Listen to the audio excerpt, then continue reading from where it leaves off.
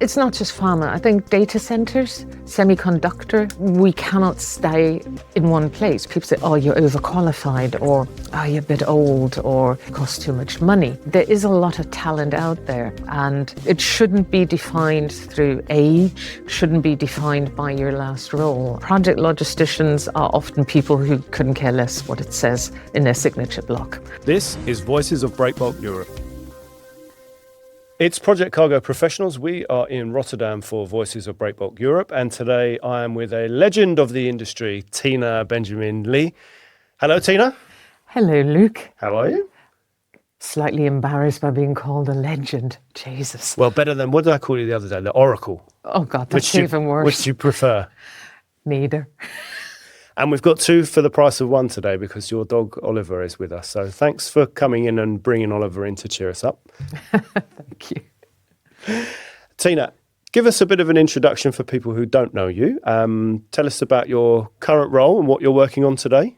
So I'm currently working for Eli Lilly, pharmaceutical company.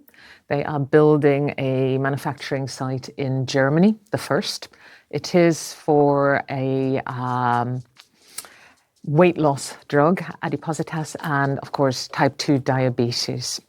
So I am in the construction management team where I look after logistics on a program level during construction. And how far into that project are you?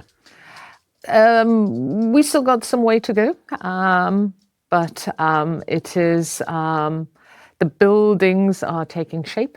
And of course, pharmaceuticals are slightly different to oil and gas. Yeah, and we'll get into that. So you've had a different career until now. A lot of it spent working in oil and gas in the Middle East. What prompted that move? How did that come about? You know, there's a number of reasons for it. For me, one of the main drivers was family. I have spent over 20 years away from Europe, and I came to the conclusion that it was time to spend more time with aging family members. Okay. So I was going to say, why Germany? But I guess you've just answered it. You've got family in Germany? Or? No, but it's still Europe. Okay. I do have some family in Germany. I got a job with a project in northern Germany. Very, very interesting renewables project, which unfortunately ran into some difficulties. So a decision was taken to reduce the size of the project, put the project on pause. It was, of course, Northvolt. Yeah, I remember. And from there, I was very, very lucky to receive an offer to join the Lilly team in Rheinland-Palatinate. So amusingly, the one place where they produce the wine in Germany after spending years working in places like Saudi Arabia. Yeah, very different. Very, very different. So, and in terms of the work, how different is what you're doing now compared to what you've been used to? Pharmaceuticals is very different to oil and gas. Very, very different. We have buildings. I am used to building installations, not so much focusing on having full structures, full buildings. The processes are different. There is a lot of regulatory around the pharmaceutical industry, which we also have regulatory regulations and inspections, but they're completely different. And it's just learning about what is involved in getting a pharmaceutical plant built, but also to get it approved. It's very, very interesting, very, very different.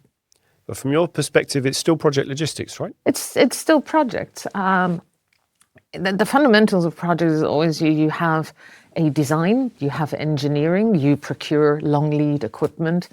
These are all the same processes, but then every industry approaches logistics differently. And pharmaceuticals has a different approach to, say, oil and gas. In oil and gas, we work very much with project freight forwarders. The pharmaceutical industry has a different approach. There is an emphasis on logistics on the last mile, whether it is materials management, whether it is just-in-time deliveries. There's also looking at how are things built. So again, you know, for us as an industry, as project logisticians, it's looking at how can we perhaps take lessons learned from oil and gas and perhaps introduce them into a different industry, data centers. And from your perspective, what are the growth areas for project logistics in terms of sectors? And do you think pharma might be one of them? I think it's not just pharma. I think data centers, semiconductor manufacturing. I think we as an industry, of course, we cannot stay in one place. We cannot. I remember when it was just oil and gas, and then all of a sudden people started talking about wind, and it got very exciting. And of course, there was not the capacity, the vessels we have now, which have purely been designed and built to transport blades. These days, wind is, well, it's just run of the mill. It's just normal. So we need to find new industries to continue as project logisticians. And again, pharmaceuticals is a large topic. You have other industries which look at how can we build more efficiently, differently. And again, oil and gas has been doing this for a long, long time. So if I'm a project forwarder, why might I be interested in looking at pharma as a target sector? I think, again, if we look at what is needed in the world, we've always said, well, everybody needs petrol. Now electric cars are a big thing. And if we look at Tesla has a gigafactory near Berlin. If we look at car batteries, again, Salzgitter in Germany, you also have Tata. So lots of companies are now looking at building factories for car batteries. And again, these factories need equipment. They need to be built. So again, and they are projects. If you look at semiconductors, most of the capacity for semiconductors is in Asia. And again, Europe is rethinking. So it's the impact of geopolitics, looking at, well, what do we actually now need? And I think as project logistics, as an industry, we have lots of opportunity now. And how might they need to tailor their approach differently? Do they need to approach pharma customers with a different offering, or? I think just taking a step back and not making it specific to pharma, but to other industries. I think we need to, as an industry, open our minds and not saying, well, this is how we've done it in oil and gas. And how easily or otherwise do you think project forwarders adapt in a new sector? And how easily did you adapt in this new sector? You know, I think one of the things that makes project logisticians so outstanding is their curiosity for knowledge. It's their ability to look at projects and to adapt. We adapted to wind, we adapted to other projects. And I think this is no different. It's just staying curious, staying interested. Project logistics is very solution-oriented, which means we look at something and then we try to work out how we can best support, but without trying to hammer a square peg into a round hole. And you've worked mostly on the client side, done a little bit of forwarding as well, if I remember. I've done forwarding, I've done EPC. I've worked on the client side predominantly. In my early days in my career, I was a shipbroker. Okay. So do you think that's something that more people in the industry should do? Get that broad range of experience on both sides? Having a multitude of skills, but also being able to understand the different sides. An EPC has a different worldview to a freight forwarder or to a client. And again, a lot of misconceptions also exist. And I think being able to understand what each party brings to the table and how they can complement each other means that ultimately everybody should win. Tell us about some of those misconceptions. The client has a bottomless pit of money. No, they don't. The client usually has a budget. EPCs, again, need to have a very, very difficult task because EPCs need to manage the expectations upwards, but also down. They need to manage the freight forwarder. They need to manage budgets. Being an EPC is not an easy place. And again, a freight forwarder, a lot of misconceptions exist around freight forwarders make lots of money. Well, they don't. And again, understanding... Not always. I think freight forwarders have overheads because ultimately they put in the manpower. They finance projects. And for a long time sometimes. For a long time as well. And then that's why payment targets exist, but where clients and EPCs also need to kind of be mindful that effectively a freight forwarder often functions as a bank. And so again, understanding the model that a freight forwarder has, how an EPC has to operate and the challenges, but also as a client to be mindful of all these different aspects. It helps as a logistician to understand these things. What do you think logistics service providers most often misunderstand about the client and the needs of the shipper? Every client, every EPC is different. I think it's important to understand that every side has objectives. And those objectives are not personal. These objectives are driven by boards, by shareholders, by the need to produce, by forecasts. And it doesn't matter which side we look at. And I think open communication, our models have changed. I remember the lump sum EPC jobs were, now you cannot do lump sum EPC anymore. The world is too volatile, markets are too volatile, and ultimately freight forwarders, the risk becomes unmanageable. So again, open communication is really, really important. And all the experience you've had, what do you think separates a good project forwarder from a great project forwarder? An open mind and the ability to communicate, not just when things are going well, but when things are not going well. As an example, my last project in Saudi Arabia happened at a time when the trouble started in the Bab al-Mandab, when transiting the Red Sea became very, very difficult. What helped the project, and when I say project, I mean the project forwarder, the company I at the time worked for, the team, was to openly communicate, to pick up the phone, to say, right, how can we solve this problem? What options do we have? What strategies can we come up with? How do we protect schedules without sending emails, pointing fingers, and again, having an open mind to a collaborative approach? So let's talk a bit about the Middle East, a region that you know very well. Tell us what impact you think this current conflict is going to have on a longer term, even if it's over relatively quickly. I think a priority will be put, an emphasis will be put on repairing infrastructure and facilities rather than investing into new projects. If we look at the landscape in Saudi Arabia, it's open source. Projects have been cancelled, contracts have been cancelled. And again, that doesn't mean those projects will go away. But I think at the moment, it is possibly more important to focus on the future repairs that will be necessary, and how those facilities can be made operational again.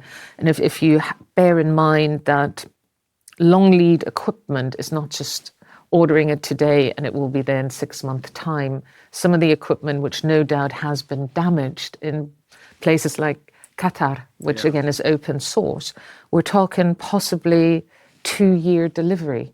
They need to be engineered first. They need to be ordered. Capacities need to be available. So I think there will be a focus on, again, having that repair rather than investment. But parts of the Middle East look a bit more vulnerable than they did a few months ago, don't they? Were you surprised at the vulnerability or not? I think it's very, the Middle East is a great place to live and work. And I have always felt safe living in Bahrain, in the UAE. And when I think of Bahrain, I still think of it in terms of home. However, I was never, ever under the impression that it was Brighton with better weather. not my quote, somebody else said that, and I think it's very, very apt. It is the Middle East. The Middle East is a complex landscape politically. It's complex in many, many ways. And I think it's important to understand that these tensions are not new. They have been there for a long, long time, and they have always been managed. Hi, it's David here from Breakbulk. Thanks for checking out Voices of Breakbulk Europe, our collaboration with PCP. For over 20 years, Breakbulk Europe has connected the global project cargo community, bringing over 11,000 professionals from 120 countries to Rotterdam. Make sure to register for your ticket online so you can join us at the Rotterdam Ahoy from June 16th to 18th. Enjoy the podcast and see you at Breakbulk Europe. This series is sponsored by Rhenus Project Logistics, who deliver turnkey solutions across the project lifecycle. They specialise in managing complex cargo using a mix of transport modes, including sea, rail, air, and heavy haulage. With a strong global network, in-house engineering, and access to their own assets, including terminals, barges, and vessels, Rhenus helps reduce risk, improve efficiency, and maintain control throughout the supply chain. Find out more via the link in the description below. So you weren't particularly surprised at the latest conflict? Was I surprised? And the fact that it's drawn in the neighbours that people didn't necessarily expect? I'm not surprised. I'm hoping, like everybody else, that common sense will prevail, that the region is allowed to be a part of the solution. So because you spent so much time there, give us a bit of a flavour of what you did there and your experience. Like most people, I just went out there for a business trip, just a few more weeks more, then it was just one more year, and then 20 years later, I finally came home, long business trip. I've had an opportunity to work on really great projects, had really great experiences. Iraq was, again, shortly after the Second Gulf War, and being part of the rebuild of Iraq, of course, is a great opportunity and something I'm very proud of. I've had the opportunity to work with great professionals. You interviewed Homera Aldarus a while back. Again, I've known Homera for a long time. That first business trip, funny enough. Oh, okay. Yes, 2002. So, you know, again, being able to work with young professionals who back then were just starting out in the industry, also being able to, when you live in a country, you experience a country completely differently. And I've had the opportunity to work in the UAE. I've done some work in Kuwait. I've worked in Afghanistan. And again, these are places you read about. You don't necessarily get to see them. So it's, for me, it's also taught me humility. The Middle East has taught me patience in abundance. Or maybe I should move to the Middle East. I need some patience. I can recommend it. But I think, you know, having the opportunity to work in different parts of the world changes your worldview and also gives you gratitude. You were telling me about an interesting route study you did in Afghanistan. I did. Yeah. Tell us about that. It was a long drive. This is a long, long time ago. I had the opportunity to do a route survey, which took me from Islamabad across the Khyber Pass to Kabul, Kandahar, down to Quetta, and then down to Karachi. And to write all that up was a very, very long trip. But again, seeing a country I only knew from reading, well, Rudyard Kipling and Kim.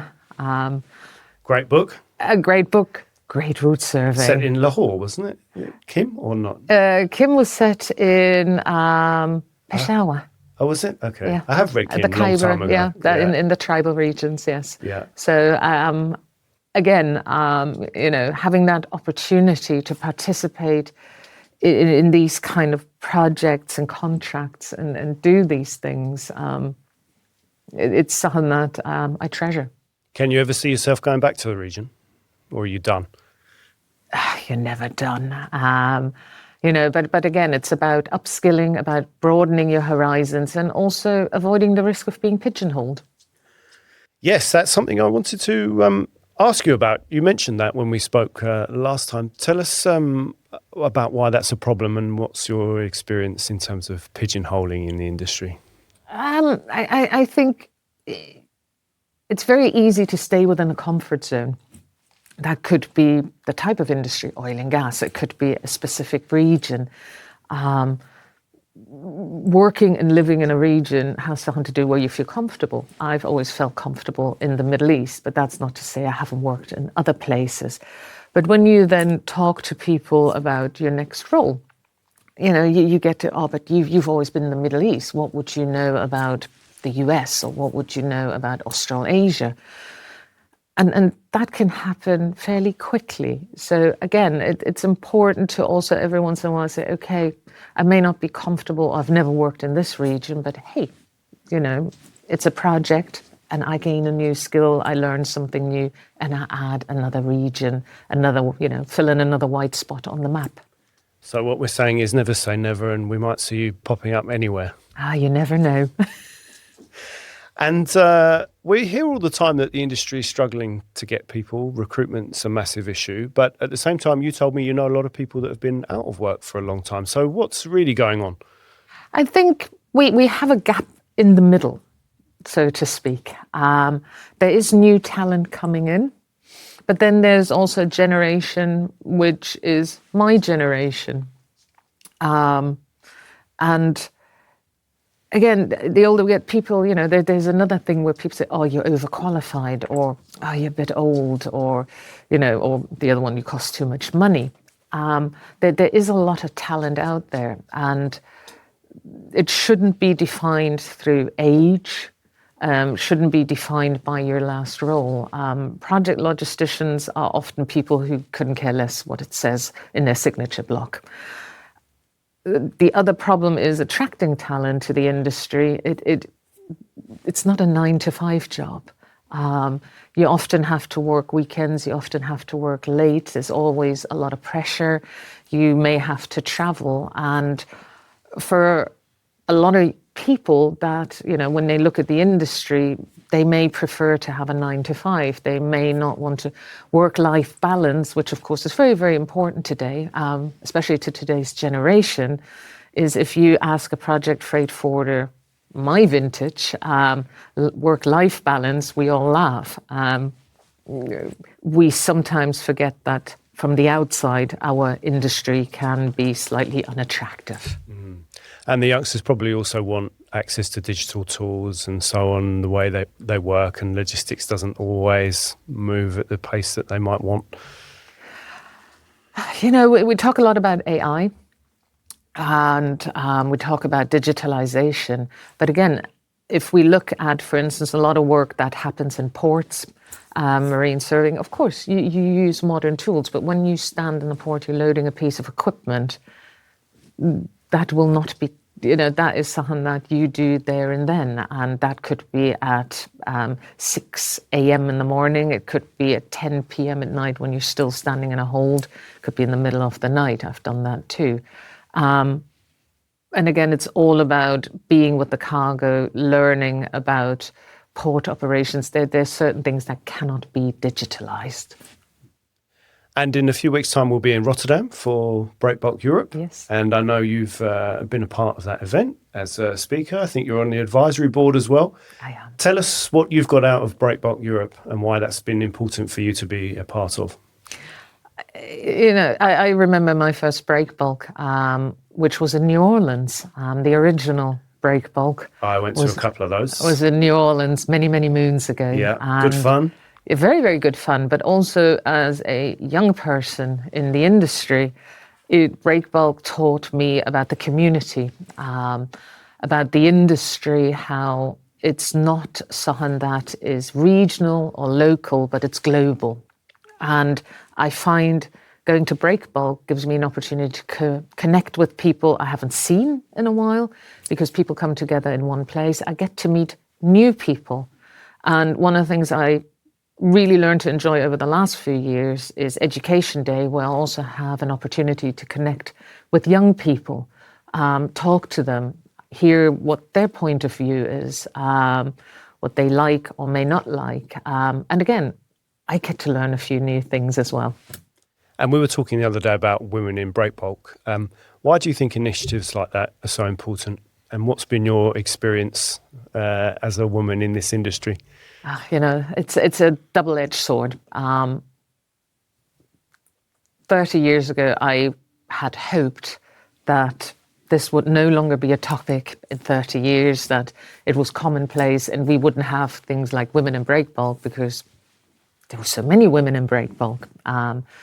And that is why women in Breakbulk is important, because there isn't many women still. There is in some sectors, there isn't in others. If we look at shipbroking, there's a lot of women. If we look at comms, marketing, legal, there is a lot of women. If we look at women actually in project logistics as logistics managers with EPCs, with clients, that group gets a lot smaller. Women in management within within project logistics, I can think of Elizabeth Comato, I can think of Sue Donahoe, but again, very, very few women. So again, it's encouraging companies to have more women in management positions, in operational positions, attracting women, perhaps also from other industries, to consider a sideways move into project logistics. So what advice would you give somebody entering the project logistics business today? Don't do it. No, joke aside. I think for me, if I talk to a young person, it's find somebody who encourages you. Talk to people. Listen to what other people. Put yourself forward, even if it's not something you're comfortable with. Growth comes from places that are really, really uncomfortable. But also listen to people who are naysayers, because that also gives you an idea, of people's perceptions and how you can work with them to overcome them. That would be my advice. And what's been your proudest moment? And what are the regrets, or if not regrets, the things that you still want to achieve? No regrets. None? No. I wouldn't be sitting here if, again, as I said, growth comes from making mistakes. Growth comes from being in uncomfortable places. This is all important. I don't have any regrets. I've thoroughly enjoyed my career, and I still have plenty of road ahead of me. A proudest moment, I think my proudest moment was I met a young man in Basra Airport who was on my team when I was working in Iraq, one of the companies. And at the time when I joined that team, that young man wasn't the easiest person to work with. There were some challenges, but we worked together, we overcame them. I met him a few years later. He was in a suit and he was flying to Korea to teach the company's team there all about Iraq. And I think that for me was a really, really proud moment, because I inspired somebody to stick with it, to stick within the industry and to find his feet. And that felt really good. So when you're managing your work-life balance and you're not thinking about your job, what do you like doing? You've got the dog with you today. I know you're just about to drive to the UK. My Rottweiler, yes. Your Rottweiler. Tell us what you like doing when you're not working. I play golf. Okay. So I'm a terrible golfer, but I enjoy golf. I also cycle, road cycle. Mm-hmm. And apart from that, just, enjoy wherever projects take me. So as I said, currently I live in Rhineland-Palatinate, new area for me, never lived there before. I live amongst vineyards, so lots to explore, lots to drink and taste. So yeah. What's it like living there? Quiet. Yeah? Yeah. No. Does that suit you? Is that what you want? It's a different pace of life. It's people said to me, oh my God, what is it like, after living in the Middle East or places like Saudi Arabia, moving to, I said, exotic. because it's not something I've previously experienced. And finally, I like asking people if there's other people in the industry that they think would be interesting guests or somebody that I should talk to. So maybe you could give us some names if you've got anybody in mind. Captain Chris Partridge, Marine Cargo Superintendent. He is somebody I respect and admire. I think he's got lots and lots of experience. And one of the things I admire about him is that he is very keen to share that experience, and he's very, very keen on seafarer welfare. Heather Crockett, barge captain extraordinaire. She is also a marine cargo superintendent. I have previously worked with her, greatly admire her, and again, next generation. And I think you would also enjoy talking to her. And she's from? She currently works for Sirens, I believe. Okay. Good. Well, thank you very much for coming in. Nice to see you and Oliver, and safe onward journey. Thank you, Luke. Thanks very much, Tina. Thank you. This series of Project Cargo Professionals is supported by Procam Group, a leading integrated project logistics company in India, specialising in heavy haul, chartering, installation and global forwarding. Find out more about them via the link in the description below, and thanks to Procam for their support.